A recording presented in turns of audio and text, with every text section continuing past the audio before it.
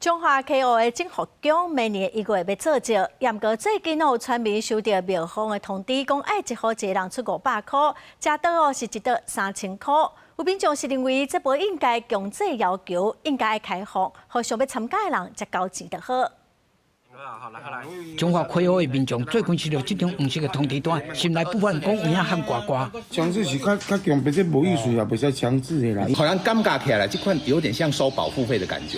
我是安尼尴尬啦，看到这个感觉哦，这很不可思议啊！大家慢慢讲，哪有人我强制规定的安尼？通知单顶面写，当地宗庙进福宫要伫明年1月举办24年100个祈安大典。不过每一户除了爱强制认一道3000块的普渡，一个人阁爱收500块，算算的，若是一口罩4个人，都爱交5000块。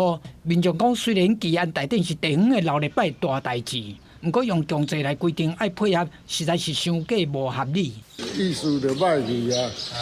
你爱吃用A参加，对，因为算经费不足用A参加。其中这应该是有啥物误会我相信讲咱这进福宫一定会尊重跩无共款的声音。进福宫是中华企鹅的信仰中心，是在地出名的宫庙。 主神是雷神大帝，庙方解说讲，即届因为要办祈安大典，有心金额无够通支应活动的开销，所以需要信众来支持。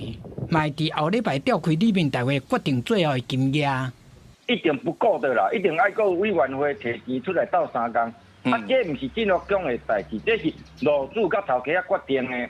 那如果公庙强制的从你口袋把钱拿走，可能构成强制罪。如果公庙里面的人跟你讲说，因为你不缴钱，领导会死了了，这时候可能会构成公然侮辱罪。律师讲，这张通知单并无真正的强制力，民众会当卖插伊，也若是中央真正有强制的行为，就会牵涉到违法。记者综合报道。